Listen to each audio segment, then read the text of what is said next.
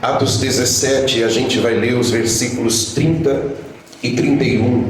Diz assim: Deus não levou em conta os tempos da ignorância, mas agora Ele ordena a todas as pessoas, em todos os lugares, que se arrependam. Porque Deus estabeleceu um dia em que julgará o mundo com justiça, por meio de um homem que Ele escolheu. E deu certeza disso a todos, ressuscitando-o dentre os mortos. Amém, igreja? Vamos entender o que o apóstolo Paulo está ensinando aqui. A princípio, ele está confrontando a um povo, pregando, exortando a um povo que vivia mergulhado em um pecado gravíssimo, o pecado da idolatria. Paulo disse essas palavras estando na cidade de Atenas. Atenas era a capital da Grécia. Atenas era a capital do saber do mundo, onde tinham filósofos, onde tinham eruditos, pessoas com uma cultura elevada, um conhecimento elevado e que debatiam a respeito de tudo. Você sabe que os maiores filósofos que já existiram foram os gregos, e muitos nomes deles são conhecidos: Sócrates, Platão, os mais por aí afora. Tem um montão de filósofo que inspiram os filósofos contemporâneos com seus ensinamentos lá de trás. E Paulo, ele está justamente nessa cidade onde haviam muitos altares. E isso aqui é curioso, igreja. Isso aqui é um paradoxo para mim. Preste atenção, por favor. Ao mesmo tempo que você tem inteligência demais, conhecimento demais, você tem ignorância demais. É curioso que muita gente que é inteligentíssima, culturalmente falando, didaticamente falando, são as pessoas mais ignorantes espiritualmente falando. Porque aqui onde tinha gente extremamente inteligente, tinha gente que se curvava perante estátuas feitas de gesso, de pedra, de qualquer outro material inanimado. Prevalecia o saber de um lado, prevalecia a ignorância de outro lado. Então Paulo está pregando para essas pessoas. Paulo, na intenção de abrir os olhos delas a respeito da idolatria, e apelando para a inteligência deles, como quem diz: vocês são pessoas inteligentes, vocês são pessoas esclarecidas. Então Paulo vai pregar para eles. Paulo vai pregar, e ele está nesse lugar, nessa cidade, e para onde ele olha tem uma estátua representando um tal Deus que é responsável por tal coisa na vida das pessoas. Está dando para entender direitinho, igreja? Então Paulo está falando a respeito disso. Mas isso não serve só para a idolatria, que era o pecado daquelas pessoas naquela ocasião. Isso aqui serve para mim, serve para você, serve para todos nós, esse ensinamento. Aliás, Paulo, ele vai dizer que todos os homens serão julgados. Daqui a pouquinho eu vou falar sobre isso. E ele ordena que todas as pessoas se arrependam, não só os idólatras, mas todos. Todos, inclui o Wander, inclui a Nádia, inclui cada um de vocês. Amém, igreja? Inclui cada pessoa na face da terra. Mas essa mensagem de Paulo, ela nos abençoa de duas maneiras. O que nós vemos aqui, a primeira bênção dessa mensagem, é que ela é um consolo para nós. E por que é um consolo? Leia comigo de novo. Versículo 30. Na primeira frase apenas, diz assim, ó: Deus não levou em conta os tempos da ignorância. Está assim na sua Bíblia? Deus não levou em conta o tempo da ignorância. Que bom! Que bom! Isso aqui é maravilhoso, igreja. Paulo está dizendo o seguinte: tudo que você fez, praticou, cometeu antes de conhecer a Deus, antes de conhecer o Evangelho, antes de se render a Cristo, não está posto na balança contra você, no reino de Deus, no juízo de Deus. Amém? Isso é um consolo. É um consolo para que eu não viva mais preocupado, tenso, acusado, me sentindo culpado por aquilo que eu cometi, quando eu não era ainda uma pessoa regenerada, eu não era ainda uma pessoa transformada. Essa palavra está trazendo um alívio, é como dizer: ufa, que bom. Que bom que Deus não leva em conta aquele tempo que eu era um ignorante, um bruto. Que Deus não leva em conta aquele tempo que eu vivia como uma besta. Como eu vivia, talvez, como um animal. Meus gostos, meus desejos, minhas vontades, minhas atrações, minhas paixões, minhas práticas. Que bom que Deus não põe na balança, mas não vai me julgar a favor, ou melhor, não vai me julgar tendo em conta da minha pessoa aquilo que eu praticava. Isso é um consolo, igreja. E que consolo! Isso aqui é para você, olhe para mim, por favor, que ainda está preso ao passado. Isso aqui é para você que talvez hoje está ouvindo isso aqui, mas tem algo que você cometeu lá atrás que te assombra. Te assombra. E talvez faz você pensar que Deus não ame tanto você assim, porque você não foi uma pessoa boazinha lá atrás. E talvez você carregue uma culpa, e tem dúvida se foi perdoado ou não, e tem a tendência de acreditar que não foi. É aquela frase que diz: o teu passado te condena. Me condenaria se eu não tivesse sido salvo, encontrado por Cristo, transformado por Ele, sido regenerado por Ele. Amém, igreja? Amém. Mas já que isso aconteceu, e louvado seja Deus, meu passado não me condena. Espiritualmente não. Talvez, se uma coisa do passado for descoberta, talvez eu tenha que responder perante a justiça. E está tudo bem, responderei, mas a minha alma é livre. O acesso ao reino, aos céus, é livre, porque eu fui perdoado, redimido, lavado pelo sangue de Cristo. Diga glória a Deus. Então eu afirmo para você que esse ensinamento é um consolo, igreja. Não sofra mais por aquilo que você fez. Não deixe o diabo jogar na sua cara aquilo que você fez quando você ainda nem conhecia Cristo, nem conhecia o Evangelho. Ah, mas eu já ia para a igreja desde pequenininho, eu já ia para a igreja com os meus avós, eu já ia para a igreja com os meus pais. Uma coisa é ir para a igreja, mas você sabe se você teve esse encontro com Deus, se você foi regenerado ou não. Você sabe disso. E naquele dia, naquele momento em que Jesus te tocou, em que Jesus acessou as áreas mais profundas do seu ser, mais secretas da sua alma, naquele momento que ele entrou ali, você sabe que dia foi esse, porque não tem como esquecer, não tem como não saber. E se não houve um dia assim na sua vida, você precisa repensar, reconsiderar e buscar isso. Mas se você sabe que esse dia chegou, que esse dia aconteceu, que você foi tocado não pela imposição de mão de um homem, não, mas foi a mão do próprio Senhor, aquela mão furada que tocou ali nas entranhas do seu ser, e ali mexeu, virou para lá e para cá e mudou você, transformou você, e a partir dali você nunca mais foi a mesma pessoa. Então o que aconteceu dali para trás, não sofra mais por isso. Diga glória a Deus. É o que Paulo está dizendo. Deus não leva em conta o tempo da ignorância. O que é ignorância? Já falamos aqui. Falta de conhecimento a respeito de alguma coisa. E Paulo está falando falta de conhecimento de Deus, do Evangelho, da salvação. Então tudo aquilo que eu e você cometemos no tempo da ignorância, no tempo da rebeldia, no tempo em que a gente vivia do nosso jeito, isso aí está cancelado, isso aí está perdoado. Amém, igreja?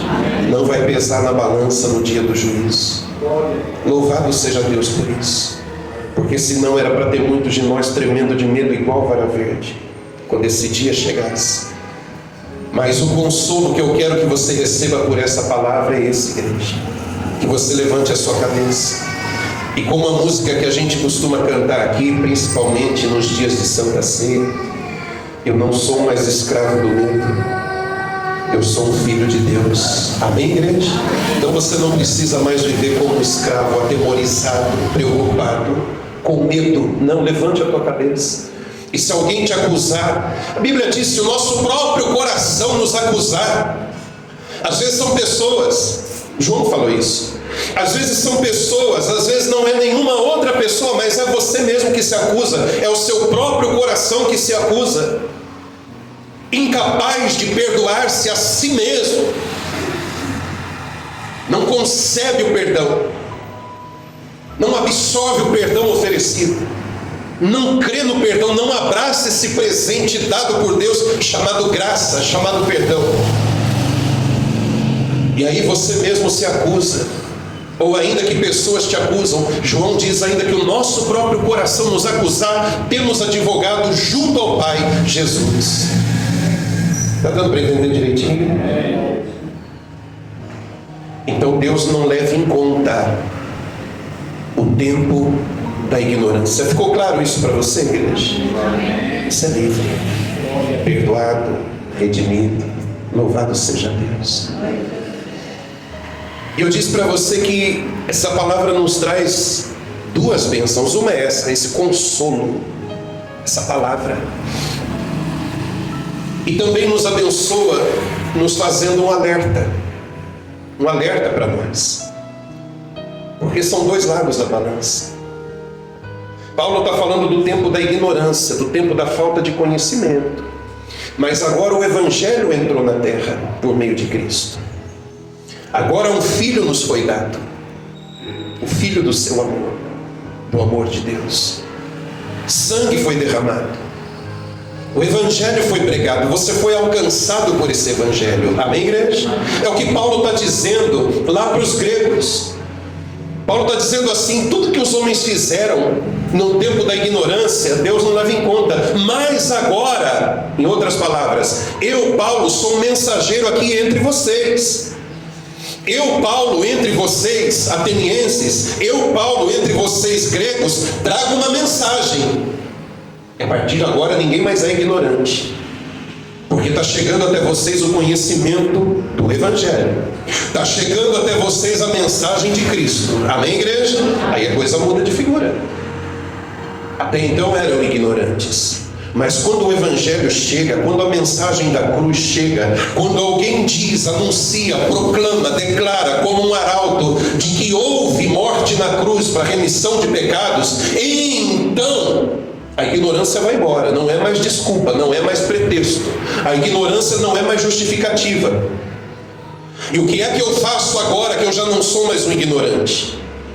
O que é que eu faço agora que luz chegou na minha mente, no meu entendimento, e agora eu sei a respeito do Evangelho, eu sei a respeito do Salvador.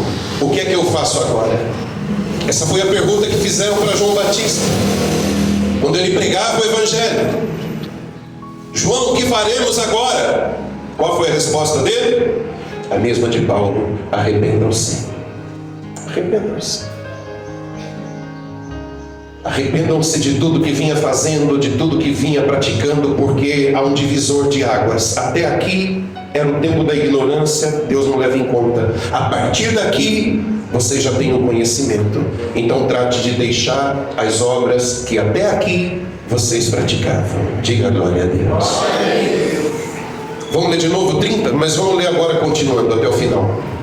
Deus não levou em conta os tempos da ignorância, mas, olha mais aí, mas agora Ele ordena a todas as pessoas, não é só os da Grécia não, todas as pessoas, e em todos os lugares, aqui em Rio Largo também, que se arrependam. Amém, igreja? Amém. Paulo está dizendo assim, em outras palavras, que foi feito até aqui, Deus perdoa. Mas agora, cientes, agora, tendo conhecimento, não faz mais não o que vocês vinham fazendo. E arrependimento é isso, igreja.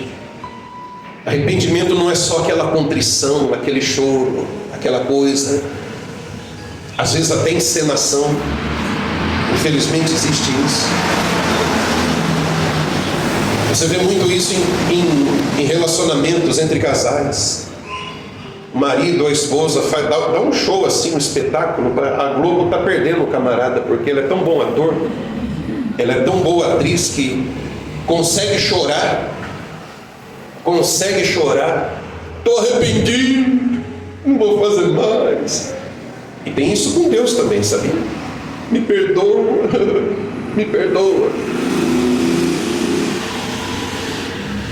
Lágrimas de crocodilo.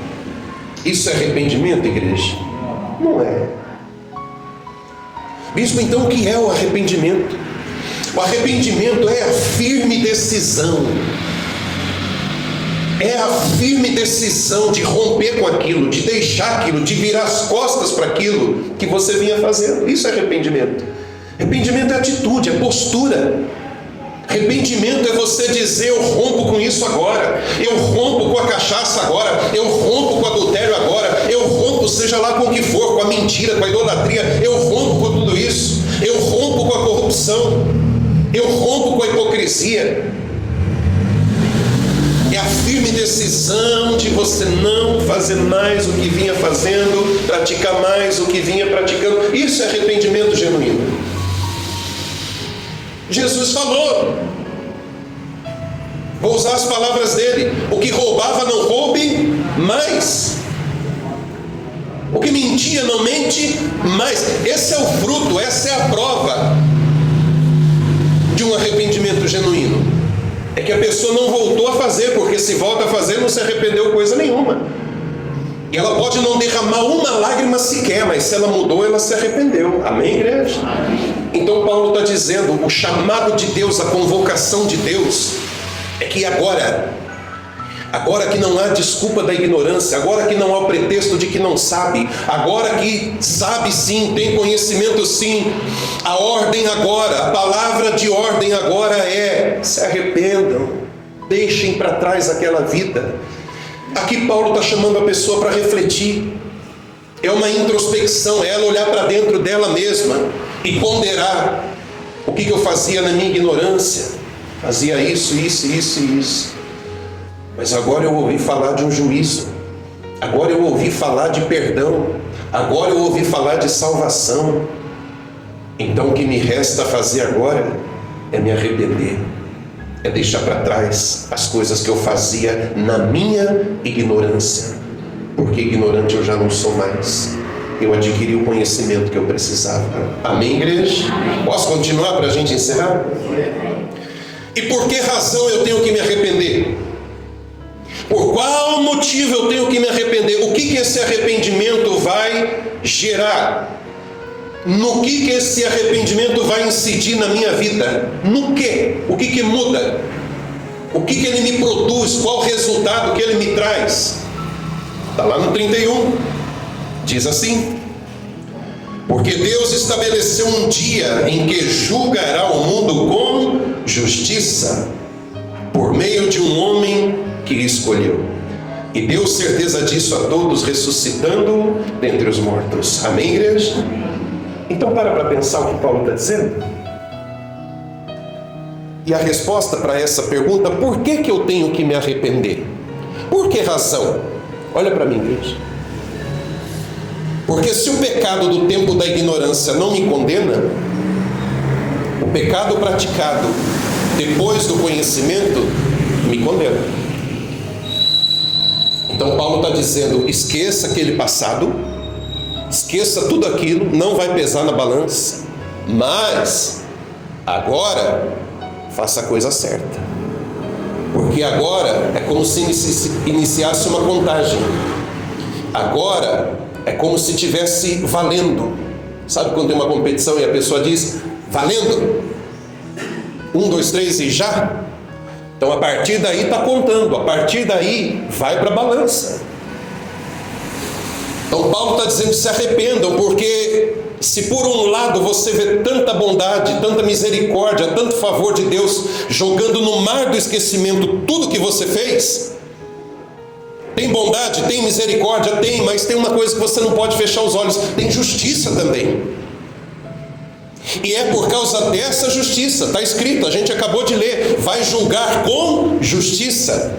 Esse é o critério que vai ser usado, a justiça de Deus. Ele vai julgar com justiça. Isso aqui é uma linguagem forense, isso aqui é uma linguagem de um fórum. Imagina, igreja, você está diante de Deus, o juiz, você tem Jesus, o seu advogado, e vai estar lá diante de Deus todas as suas obras, aquelas que você cometeu no tempo da ignorância, e Jesus vai poder advogar por você dizendo: Pai, tudo isso aqui, ele ainda não me conhecia. E Deus certamente vai dizer: tem razão, é isso que a justiça diz, é isso que a lei diz. Então, por esses pecados ele está absolvido. Amém, igreja? Mas aí tem um ponto do livro lá, como se fosse a metade do livro. Dali para frente estão as outras coisas que eu fiz, depois que eu conheci. E aí é como se Deus olhasse para Jesus e falasse: tá bom, filho, isso aqui, de acordo com a nossa lei, de acordo com a reta justiça, ele não pode ser condenado. Mas e isso que eu estou vendo daqui para cá agora? E isso que está nas páginas seguintes, essas obras aqui? Percebe como é que vai acontecer? Esse é o alerta. Há um consolo pelo que foi praticado lá atrás, mas há um alerta pelo estilo de vida que eu vou viver depois que eu deixei de ser ignorante, depois que eu conheci a verdade, depois que eu conheci o Evangelho. Amém, igreja? Então eu tenho que andar com a minha barba de molho. Eu tenho que fazer aquilo que agrada a Deus. Diga glória a Deus. Eu não posso fechar os olhos para essa justiça. Eu não posso fechar os olhos para isso que vai acontecer um dia lá na frente. Então é uma bênção, porque me consola a respeito do meu passado, mas é um alerta para que eu venha ver o meu modo de vida no presente por causa do meu futuro. Diga glória a Deus. Eu quero encerrar a igreja orando por você, mas que você guarde isso no seu coração. Mas bispo, tudo que eu fiz depois que eu saí da ignorância, eu vou responder por tudo isso então? Então a minha salvação está comprometida? Depende. Porque o arrependimento não acontece uma vez só. Amém, igreja? Existe um momento que a gente tem que se arrepender de quem éramos, do que fazíamos, ou do que estamos fazendo até então. Existe esse momento, esse arrependimento que é crucial para a nossa salvação. Mas quem disse que a gente só arrepende uma vez na vida? A gente tem que toda vez, ao pressentir, ao perceber, ao notar que errou o alvo, ao perceber que saiu da linha, ao perceber que falhou, a gente precisa recorrer ao nosso advogado. Diga glória a Deus. Ele é compassivo, ele é misericordioso, ele tem perdão para nos oferecer. Aliás, Jesus ensinou na oração do Pai Nosso: perdoe as nossas dívidas. Pecar, a gente sempre vai pecar, igreja. A nossa natureza, ela tende a isso. A nossa natureza, ela tem essa propensão, essa inclinação ao pecado. E daí a necessidade da gente estar constantemente pedindo perdão a Deus. Amém? Agora, aquilo que é aquele pecado que é como se fosse pecado de estimação, que a gente tem dificuldade de largar, de deixar, de abandonar, se isso não aconteceu ainda, isso precisa acontecer. Porque desde o momento que o Evangelho chegou, que a mensagem da cruz chegou até você, esse consolo de o pecado da ignorância, o tempo da ignorância já não vai servir mais. Porque quando o conhecimento chega, a ignorância vai embora. Quando eu tomo conhecimento de algo, eu não posso mais dizer eu sou ignorante em relação a isso. Não, não é. Se tornou conhecido para você. É do seu conhecimento agora. Então daí para frente é para fazer a coisa certa. Diga glória a Deus. Glória a Deus. E quando vacilar, a gente tem advogado. para a gente recorrer, para a gente buscar a ajuda dele, o favor dele na nossa vida. Quem entendeu a palavra direitinho? Eu quero orar, igreja, mas eu quero orar principalmente por você que ainda arrasta um peso lá do passado, que Jesus está olhando para você e dizendo: filho, não tem por que mais você sofrer por isso. Filha, não tem mais motivo para você sofrer por isso. Eu já perdoei. Você fez na sua ignorância. Não sofra mais por isso, não. Eu quero ajudar você em oração. Fique de pé no seu lugar, igreja. Eu te louvo, Senhor, de todo o meu coração. Ah, se eu tivesse que ser julgado por tudo que eu fiz lá atrás, sem te conhecer. A minha ficha, a minha conta é extensa, é grande. As obras são feias, são más. E eu te louvo porque tudo isso o Senhor não vai pôr na conta. Porque eu vivia como uma besta cega, como um animal quadrúpede. Porque eu vivia, meu Deus, na minha ignorância, na minha estupidez. E eu te louvo porque nada disso, obrigado, Senhor, eu te agradeço, porque nada disso vai ser posto na conta, na balança. Igreja, que presente é a graça de Deus, que presente é o perdão de Deus. Aceite Ele, abra as mãos para recebê-lo. Não rejeite, dizendo: não, eu não tenho como me libertar disso. Não rejeite, não perdoando a si mesmo, quando Ele já te perdoou. O nome disso é graça, é a graça de Deus. Tudo aquilo que eu e você fizemos não vai ser posto na balança, quando ainda não o conhecíamos. Mas agora, disse Paulo, mas agora ele ordena o arrependimento a todas as pessoas. Agora que a luz chegou, agora que a mente foi iluminada, agora que o coração foi acessado pelo Evangelho, a ordem é: arrependa-se. Porque se há graça, perdão, misericórdia para os tempos passados, haverá justiça por causa dos erros do presente. Então a ordem é: arrependa-se. Vire as costas para isso que te afasta de Deus. Vire as costas para isso que te coloca em inimizade contra Deus. Rejeita. Não vale a pena não. Não vale a pena não.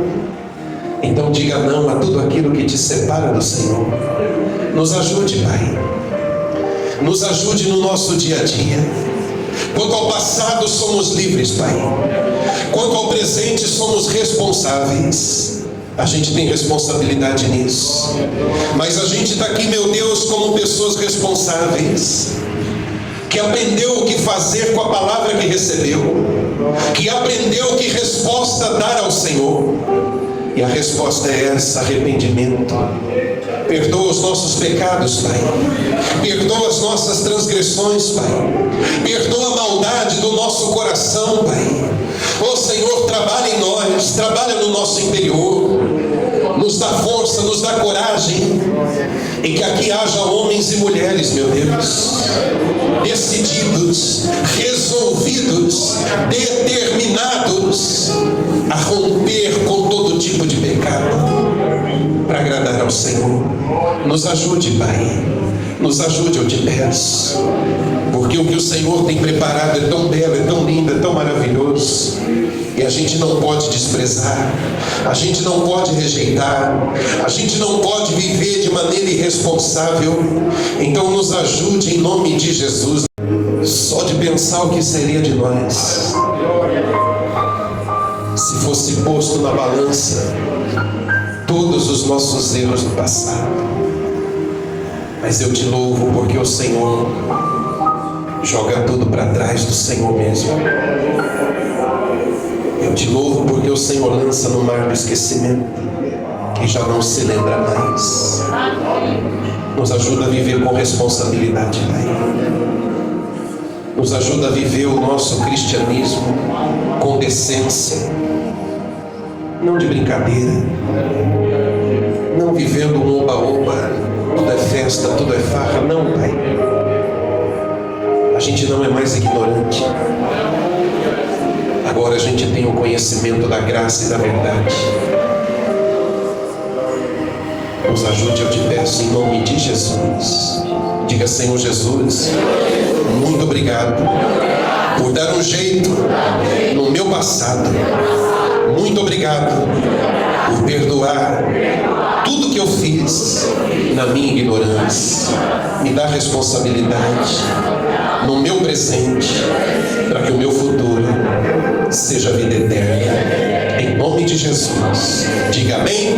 Glória a Deus. Glorifica o nome do Senhor Jesus.